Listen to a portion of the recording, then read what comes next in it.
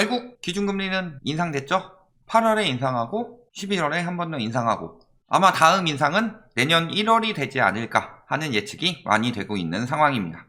그런데 왜 이렇게 기준금리 인상이 빨리 되냐? 그 이유는 여러 번 설명드렸지만 사실상 세계적으로 유동성을 축소하던 시기에 갑자기 미중 무역전쟁이 터지고 코로나가 터지면서 기준금리를 갑자기 급격히 낮춘 거다. 그러니 이 저금리는 오래 갈 수가 없다. 위기만 끝나가면 다시 해결될 수밖에 없더라. 왜? 글로벌 금융위기 이후 돈을 너무 많이 풀었는데 그 문제들이 터지면서 인플레이션이 생겨났고 화폐 가치를 너무 낮추면 안 된다. 그래서 축소하던 와중에 다시 터진 거죠. 그래서 오히려 글로벌 금융위기 때보다 단기간에 돈을 너무 많이 풀었다. 그렇다면 이거는 분명히 문제가 터질 수밖에 없고 금리는 더욱 빨리 올라갈 것이다. 이것은 거의 예견된 상황이었죠. 그럼에도 불구하고 코로나 터지고 나서 부동산 전문가라는 사람들 뭐라 그랬어요? 무주택자 내 집 마련 적기는 지금이다.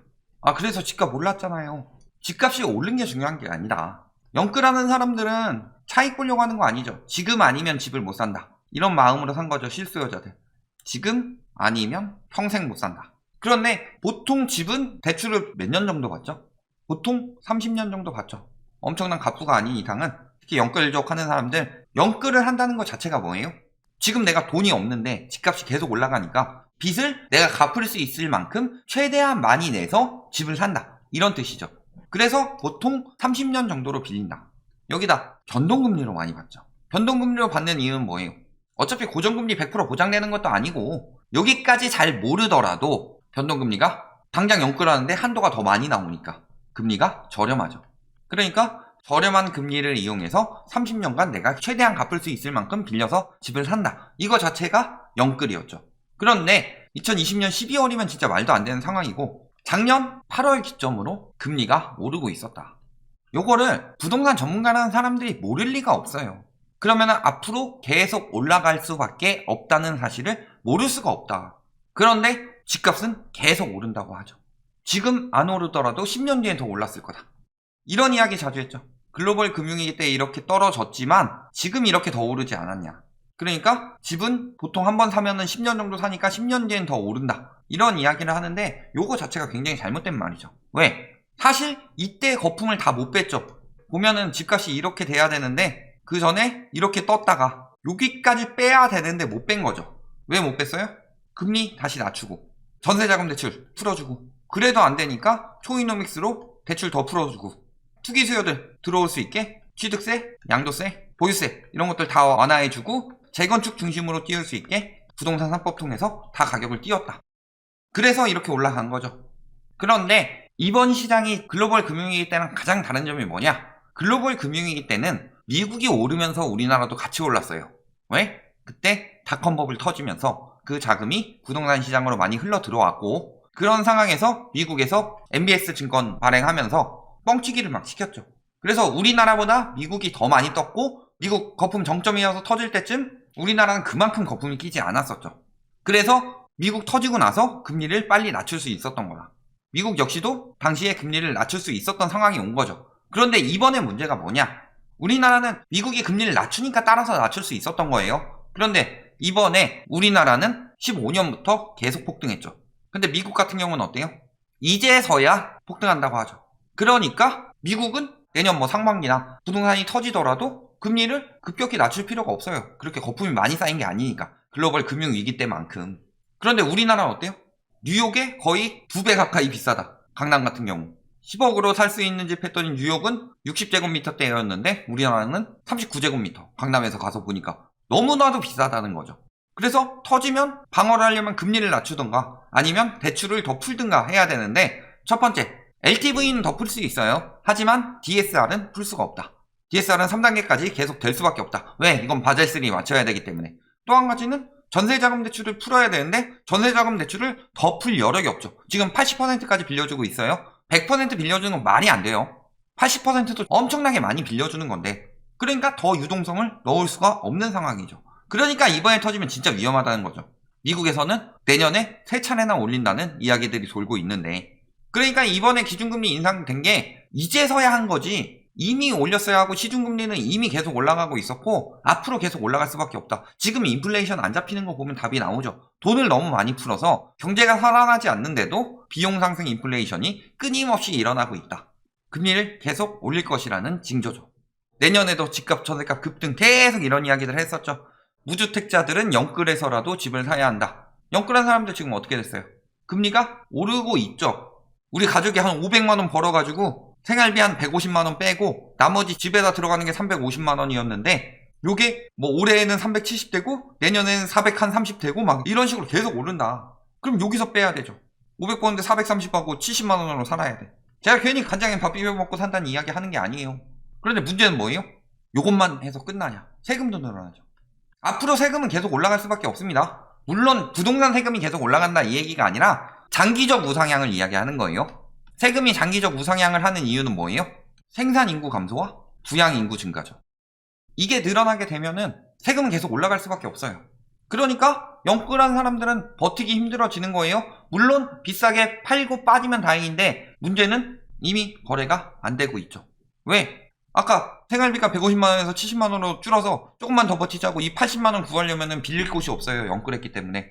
그러면 내 집을 누가 비싸게 사주고 좀 더 저렴한 집을 가자. 좀 더 저렴한 집도 없어. 다 가격 올려놔가지고 팔리지도 않고. 내 거를 살려면은 내 걸 살 사람들이 있어야 되는데 금리가 올리고 대출이 축소되면서 내 걸 사줄 사람도 없어요. 그러니까 힘들어진 거죠.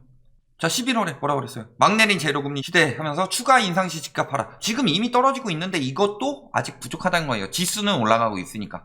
마포니, 광진진이 5천만원 넘었다고 평당. 근데 11월에 거래된 거 보면 하락 거래가 훨씬 더 많은데도 KB에서는 가격이 올랐다고 이야기를 하고 있어요. 그거 다 호가 반영하는 거죠. 제정신이에요 지금. 그걸 기사로 내고 있고.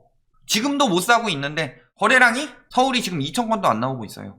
이거 완전 거래 절벽이라는 거죠. 그러니까 매물이 쌓이고 있다는 거고. 추가 인상 시 하락이 아니라 지금 이미 하락하고 있어요. 이미 하락하고 있는데 추가적으로 금리 인상되면 더 커진다는 거죠. 인상될 수밖에 없고. 내년에 최소 3차례라고 했는데 이 기사가 언제 나왔냐? 11월 25일 날 나왔죠. 이런 이야기들이 나왔다. 근데 문제는 그 뒤에 한 26, 7일쯤에 미국에서 파월이 기준금리 인상 시점 빨라질 수 있다 라고 이야기하자마자 예측한 게 미국이 3차례를 올릴 수 있다. 이런 기사들이 나왔어요. 미국이 3차례 올리면 우리나라는 3차례는 부족하다. 지금도 대출금리 얼마 했어요? 연 5% 육박. 그리고 연일 최고치 한 달 새 0.25%포인트 뭐 이런 이야기 하고 있는데 자, 올라가는 그래프를 보면 어때요?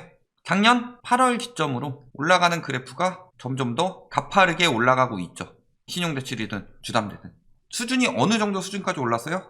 이제 기준금리 1.75%대 이상으로 올랐죠.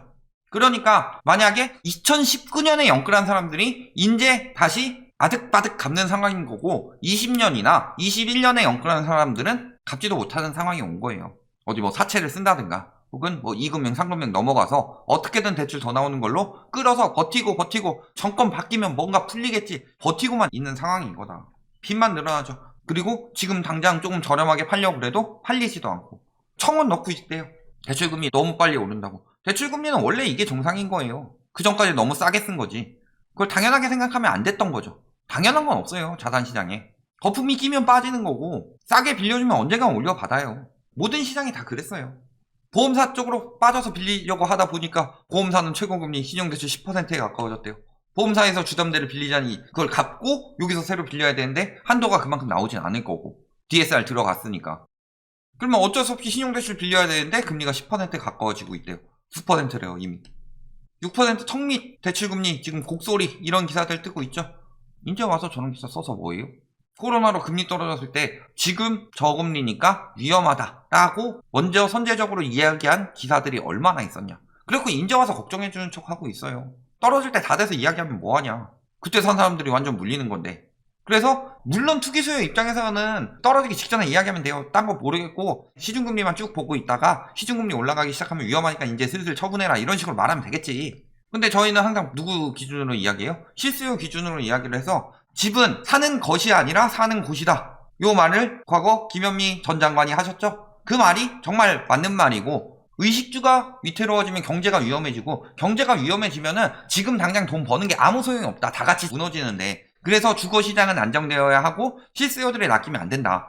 그러니까 이렇게 올랐다가 이렇게 되든 어쨌든 실수요들이 요때 보통 많이 사도록 유도를 하는데 누구들이 많이 낚여요? 이때? 2030. 모르니까. 요 시기에는 또 그때 2030들이 낚이는 거예요. 이때 4050은 왜 안 낚이냐? 그때 한번 낚여봤으니까. 친구들 당하는 거 봤으니까. 난 그때 돈 없어서 못 샀는데 걔네 때 아직도 집을 못 사고 있더라. 이런 게 보이니까. 그러니까 적어도 실수요는 요 가격에서 사야죠. 그래서 이때쯤부터 경고 들어갔는데 문제는 뭐예요? 이렇게 떨어져야 하는 상황에서 코로나 터지고 미중 무역 전쟁 터지니까 더 올랐는데 요거 자체가 더 크게 떨어질 위험이다. 다이빙이랑 똑같다고 생각하면 돼요. 여기 정도에서 뛰면은 물 이 정도로 들어갔다 나오는데 더 높은 데서 뛰면은 물 깊숙이까지 들어갔다가 나오는 거라서 정말 지독한 침체다. 근데 문제는 이렇게 오르는 동안에 무슨 일이 생겼어요? 인구 감소. 그러니까 장기적으로 갈 수 있다. 일본처럼. 금리 올라간 거 봐요 지금. 1년 만에 1% 정도 올랐죠. 내년엔 1% 더 오를걸요? 기준금리 인상도 더 빨라지는데 오를 일만 남았다. 오를 일만 남은 건 언제부터? 20년 8월부터 계속 기준금리 오르고 있으니까 조심해라. 채권금리도 더 오르니까 대출금리 더 오를 거고 기준금리는 당연히 올릴 수밖에 없다. 앞으로 금리 계속 오른다. 계속 경고했죠. 거기다 연준도 조기 인상 시사했다. 내년 하반기에나 돼서 올릴 것 같다는 게 내년에 3차례나 올릴 수도 있대요. 그러면 한 번에 3차례 올리진 않겠죠. 나눠서 상반기에 한두 차례 하고 하반기에 나머지 하고. 그러면 우리나라는 더 급해질 수밖에 없죠. 파월이 연임될 걸로 보이니까 지금 매파로 바뀌고 있죠. 다음에 내가 하냐 안 하냐에 따라서 내가 지금 당장 쪼이느냐 아니면은 책임질 일 안 만드느냐 이 정도 차이였는데 지금 이미 책임질 일 생기고 있으니까 급하게 올릴 수밖에 없는 거다.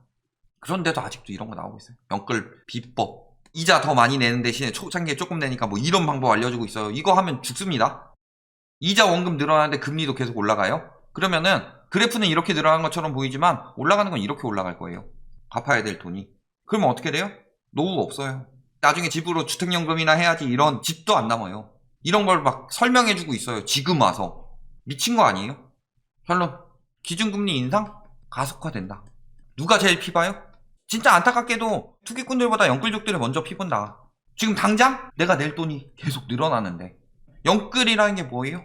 생활비 빼고 집, 부채. 여기는 뭐 신용대출이 들어갈 수도 있고 주담대가 들어갈 수도 있고 연끌에서 여기저기 끌어쓸 수 있는 거 다 끌어쓴 거죠. 요걸 다 합쳤을 때 수입이 맞춰서 거의 이 정도 한 사람들이니까 연끌족이죠. 근데 얘가 올라가게 되면 수입이 급격히 올라가든가 아니면 생활비를 줄여야 되는데 지금 수입이 올라갈 상황이냐. 경제 상황에서. 가처분 소득 지금 상승세가 굉장히 많이 떨어졌는데 그래도 나는 끝까지 빚내서 버티겠다. 근데 집값은 연끌족들 금매 투매 나오는 것도 있지만 다주택 투기꾼들한테 나오는 거죠. 다주택 투기꾼들 어때요? 투기꾼들의 폭탄은 뭐가 남았다? 금리 인상으로 인한 전세 하락. 전세가를 너무 끌어올렸어요. 금리 떨어졌을 때 적절히 올렸으면은 전세를 어느 정도 계속 올려가면서 버틸 수 있는데 임대차 3법 여름 만들려고 끌어올렸죠. 이번에 종부세 여름 만들려고 끌어올렸죠. 그래서 무리하게 끌어올리니까 벌써부터 균열이 가고 있다. 금리 앞으로 계속 올라갈 수밖에 없죠? 그렇다고 전세자금 대출 한도를 더 늘려줄 수 있는 상황이냐? 은행에서 그게 안 돼요. 그러면은 전세시장의 유동성 빠지면은 글로벌 금융위기 때랑 다르게 전세가격 빠질 수밖에 없다. 그때는 전세자금 대출을 풀어줬고 지금은 그게 안 되는 상황이다. 그러면 이들이 못 팔기 시작하면 떨어지기 시작하고 그럼 이들이 버틴 이유 없어지죠. 하우스푸어 금방 양산됩니다. 그러니까 지금이라도 집 사야 할 때예요. 앞으로 집은 많이 나올 거다. 지금부터 늘어나고 있는 거 보면 답이 나온다. 여기까지 말씀드리겠습니다.